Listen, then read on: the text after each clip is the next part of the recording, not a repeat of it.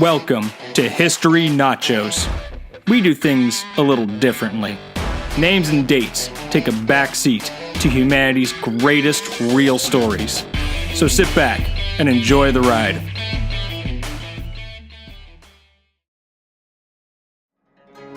Her story begins long ago in the farthest reaches of the Eurasian steppe. She was born a princess. Her nation was strong, but surrounded by enemies. Everything changed when the king died, fighting a rival. Her father ascended to power and made peace, but peace came at a price. At just 13, she became a war bride. Starting at 18, she bore 4 sons, and she was widowed young. But she did not simply succumb to fate. Instead, she devoted her life to grooming her boys for leadership while building her own influence. Her fierce intellect and talent for wielding power made her rise to the highest levels of political leadership. After her famous in-laws conquered the world, she functionally governed a territory stretching from the east coast of China to Poland and the Middle East. Her reign is still renowned for its stability and high level of religious freedom. All her sons would surpass their cousins to become world leaders. Welcome to Episode 7, the incredible untold story of the most powerful woman ever, Sorghaghtani. Character cannot be developed in ease and quiet. Only through experience of trial and suffering can the soul be strengthened, ambition inspired, and success achieved. Helen Keller. Sorghaghtani is one of the people I have wanted to do an episode about from the very beginning. She does not get nearly the recognition she deserves. Sorghaghtani's life got completely uprooted twice before she turned 45, so she certainly had experience with trial and suffering. Just like Helen Keller, Sorghaghtani decided to channel her experiences to create an incredible life. Sorghaghtani's story begins during the 1190s in modern Mongolia and northern China. This area is the eastern part of the Eurasian steppe, a giant grassland that spans 2 continents. For thousands of years, it was the home of tribal horse archers who consistently proved themselves as a serious military power in the pre-gunpowder era. Imagine the Sioux Indians, but far more numerous and much more organized. The Dothraki horse warriors from Game of Thrones are roughly based on them.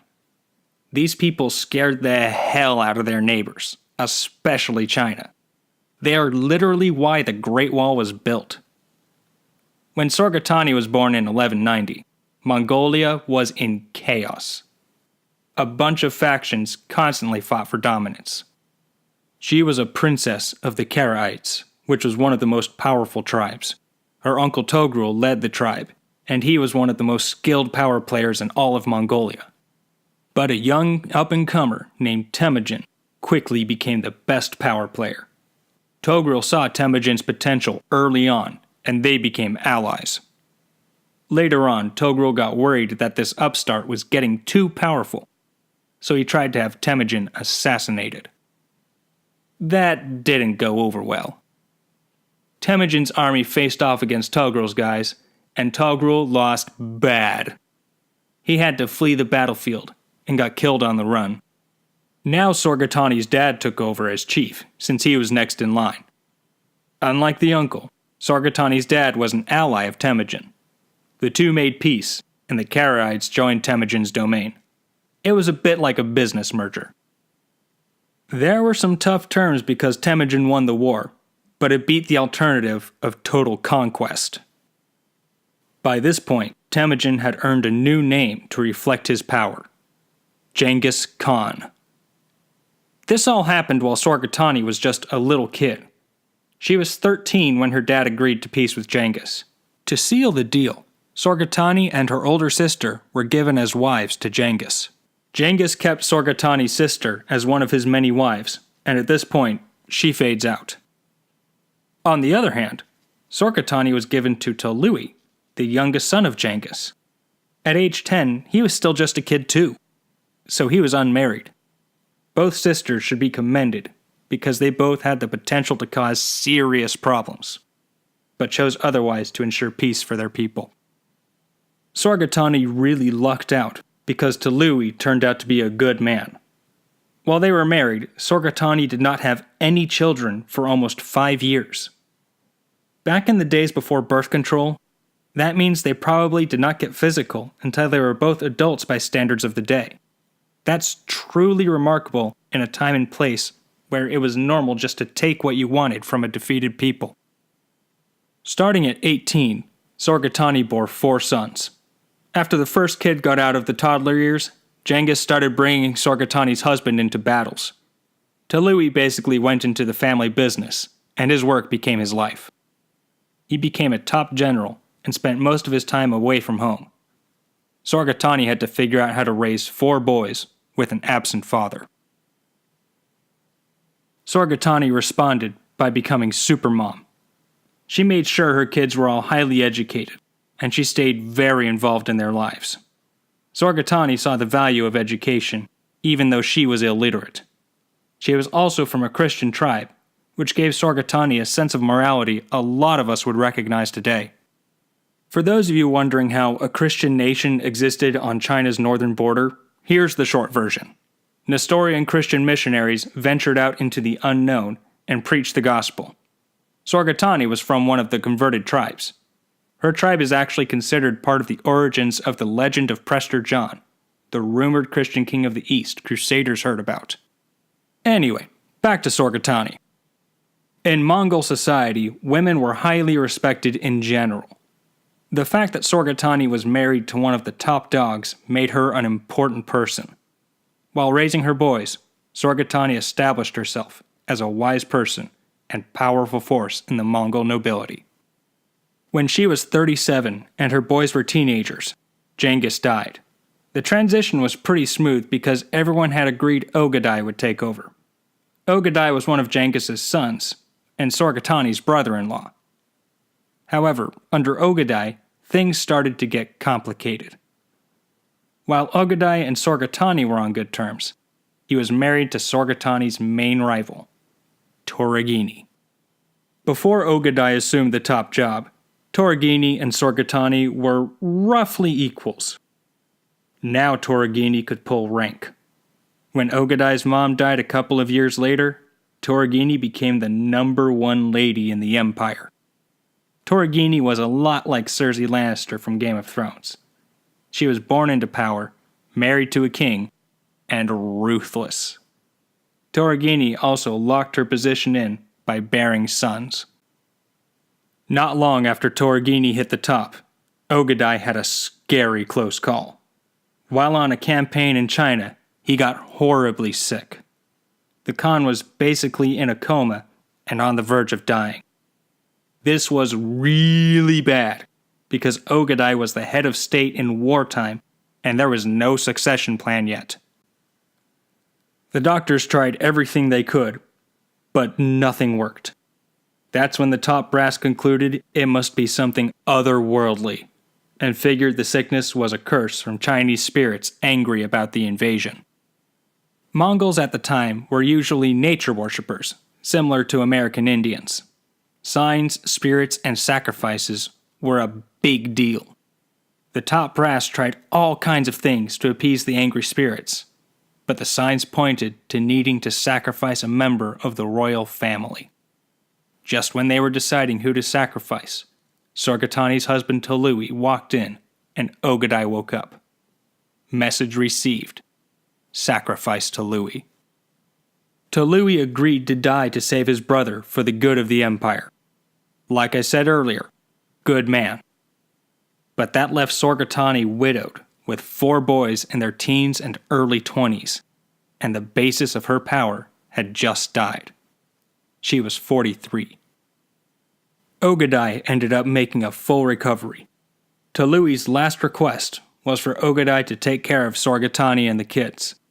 Ögedei offered for Sorghaghtani to marry Goyuk, his son with Toragini. The idea was to keep Sorghaghtani directly in the royal family by marriage. While the arrangement was intended to help Sorghaghtani, it brought a bunch of problems. First of all, Goyuk was a mean dude. He was considered excessively harsh in a society where it was customary to make wine cups out of the skulls of enemies. Not exactly material for a loving husband and father. Sorghaghtani also had a lot to lose by remarrying. Tului controlled the region around the capital, and Sorghaghtani inherited it all, including the tax revenue. She still had all the status and influence of being a member of the royal family, but now she could openly act independently. No way was she going to give all that up, especially since marrying Goyuk would forever cement Torghini's position over her. Sorghaghtani turned the marriage offer down, claiming she was fine and wanted to focus on her children. Keep in mind, Ogedai was a military dictator, and Sorghaghtani had refused a direct request. Normally, that would get you killed. However, Sorghaghtani was far from normal. She had been part of Ogedai's family for over 25 years, and Ogedai was confident Sorghaghtani could manage on her own if given the chance. Ogedai let Sorghaghtani tag in for her husband to govern the empire. She became a serious power player in an official capacity, on top of her back-channel influence. Her inherited lands provided more than enough resources to support the family. Ogedai had kept his promise to Sorghaghtani's late husband. Sorghaghtani proved an excellent ruler, which resulted in her being frequently consulted on big-picture stuff and general governance. Ogedai loved conquering, partying, and carousing more than boring administration, but he knew Sorghaghtani was great at the detail work of running an empire. Her recommendation was almost always followed, which made her functionally the one governing the empire. Ogedai was basically King Robert Baratheon from Game of Thrones, and Sorghaghtani was the power behind the throne, like Tywin Lannister or Ned Stark. The main good things from the Mongol Empire are usually considered religious freedom, making the Silk Road safe, and good administration over a wide area. Sorghaghtani played an important part in all those policies. During Ogedai's reign, she was often really governing the empire, while the in-laws were out expanding the territory. Things got complicated again when Ogedai died in 1241 at age 55. The dude drank himself into an early grave. There was still no succession plan because nobody expected Ogedai to go that quickly. That's when his wife Torghini stepped in as regent while everything got sorted out, which was consistent with the cultural tradition. Naturally, Torghini wanted to set things up so her son Goyuk would take over. In the meantime, Torghini had the top job. It was like when Cersei was running the kingdom in Game of Thrones. So things did not go well. The power went to Torghini's head. She started abusing her position and going after her enemies. Sorghaghtani played it smart and flew under the radar. Instead of trying to take down Torghini, Sorghaghtani became everybody's friend with tons of gifts and favors. When the time came to strike, she would be on good terms with lots of people and able to call in the favors. Sorghaghtani also made sure to focus her efforts on a guy named Batu. He was the senior member of the whole family and the main rival of Torghini's son. At this point, Sorghaghtani becomes a combination of Tywin Lannister and Lord Varys. She was sly as a fox, the head of a major family, and had little birds everywhere.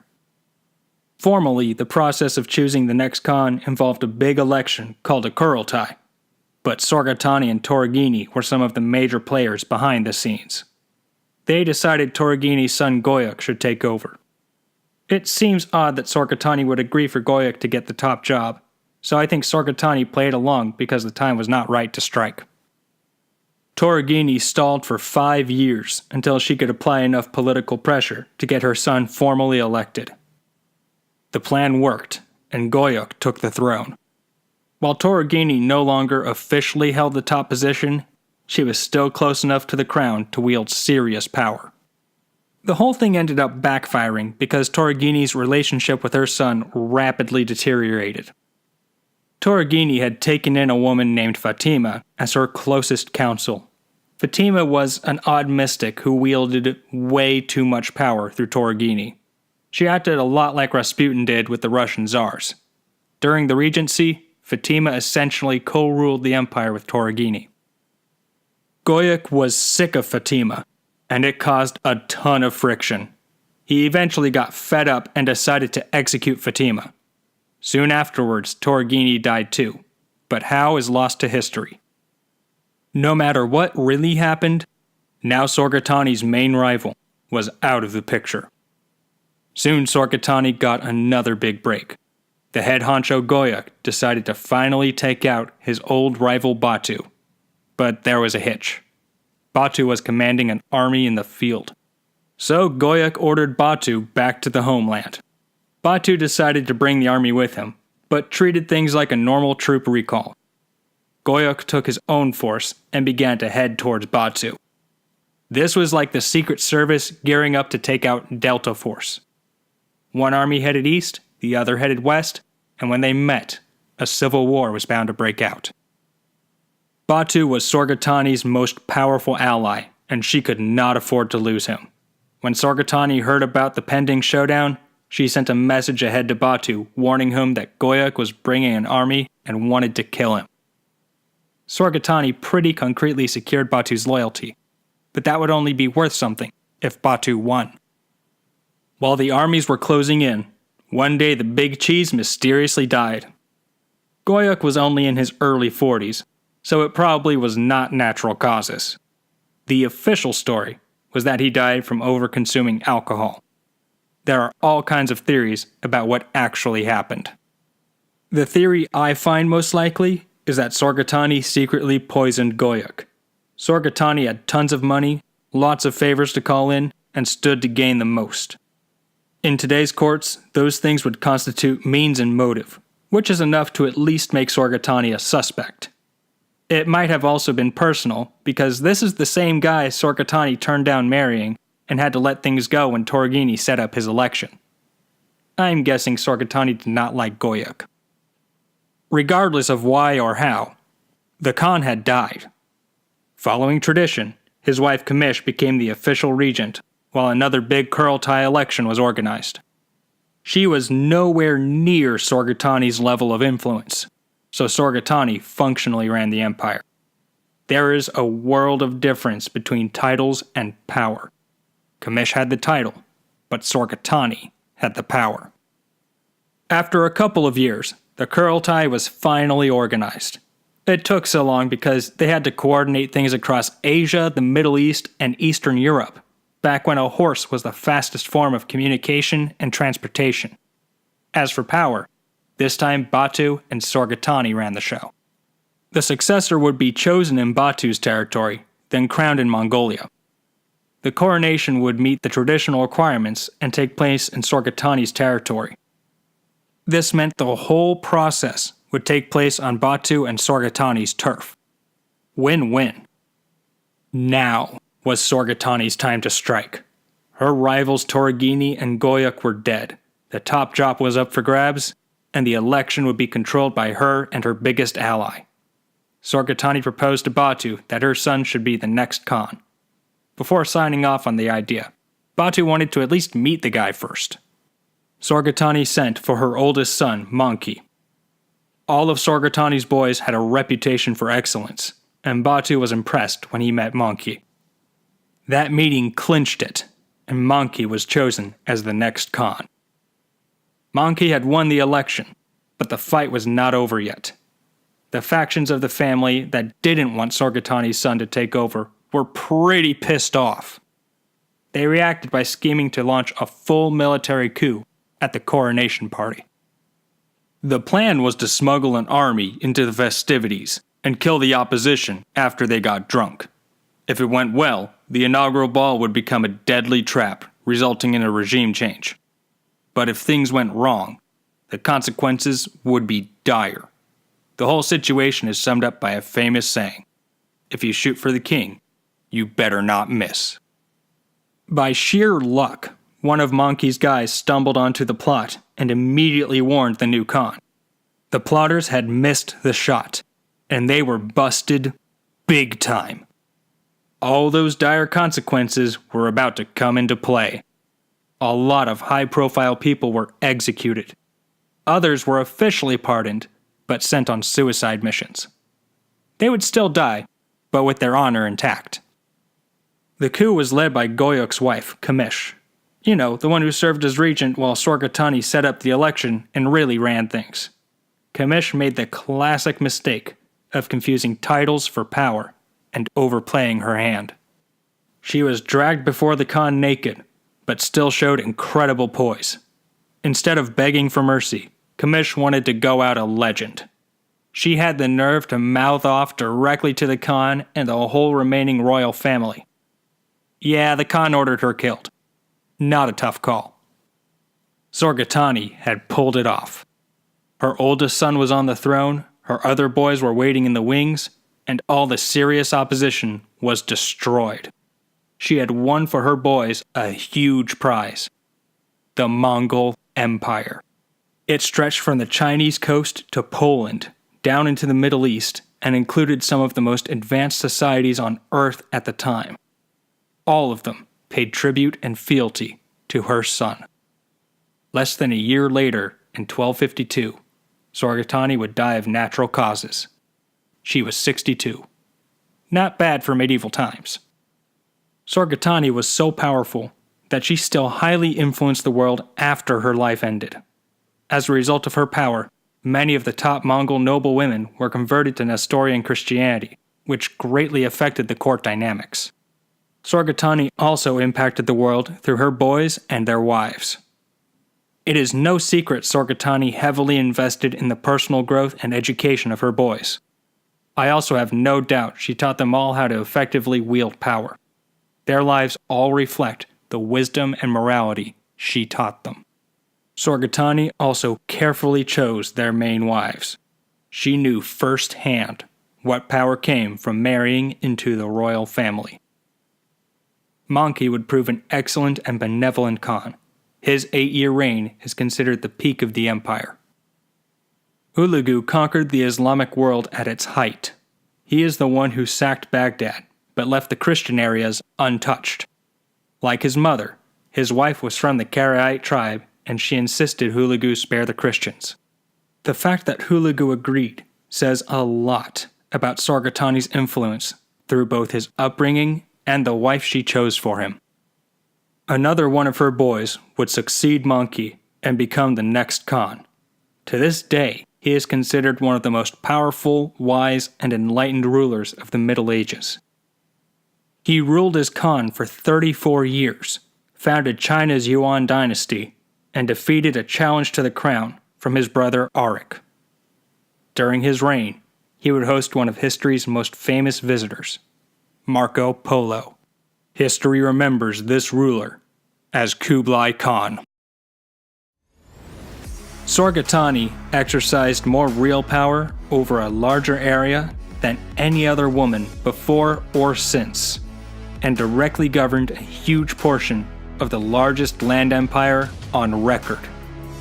She also acted as a kingmaker for two of the most powerful rulers in history, and founded a strong dynasty controlling a global superpower. Sorghaghtani made a huge impact during her lifetime, but her influence also extended far beyond her span. In my book, that makes Sorghaghtani the most powerful woman ever. While Sorghaghtani never officially held the top job, she is now recognized as a ruler and posthumously granted the title of empress.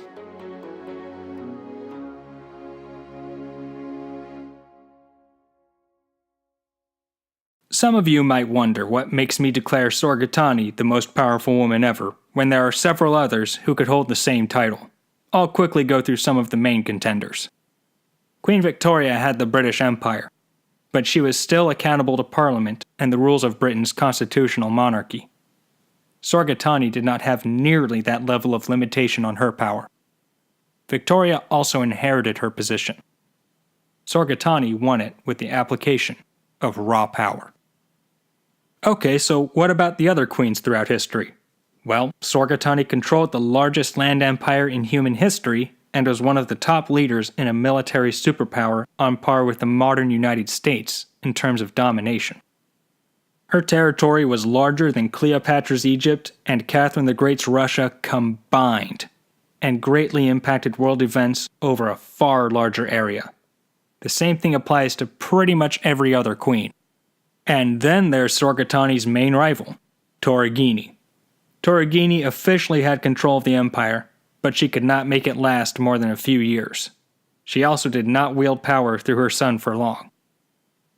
Sorghaghtani's power lasted much longer, and her family ultimately took out the remnants of Sorghaghtani's faction. In the end, Sorghaghtani lost the power struggle with Sorghaghtani, so that put Sorghaghtani ahead. My other top contenders are the main wives of Sorghaghtani's sons, which were handpicked by her. Sorghaghtani drafted some great players and built an all-star team for running the empire after she was gone. Sorghaghtani chose and trained her replacements, so I count them as part of her influence. As always, we would love to hear your feedback. Please comment, like, and share, or leave a review on iTunes so we can reach more people. You can also email us directly at historynachos@gmail.com. We have pages on Facebook, Twitter, YouTube, Patreon, and PayPal. Please consider making a donation to support making more episodes. Any amount is greatly appreciated. The links are in the description. For those of you that want more details about Sorghaghtani, there are several primary sources. The Secret History of the Mongols is the royal family's own official story, and serves as a critical source for historians. John of Plano Carpini was a European diplomat who actually visited the Mongol court during Sorghaghtani's time and recorded his experiences. From the Islamic world, Rashid al-Din was a Persian chronicler who lived under Sorghaghtani's son Hulagu. These are all considered some of the main accounts for Sorghaghtani's story.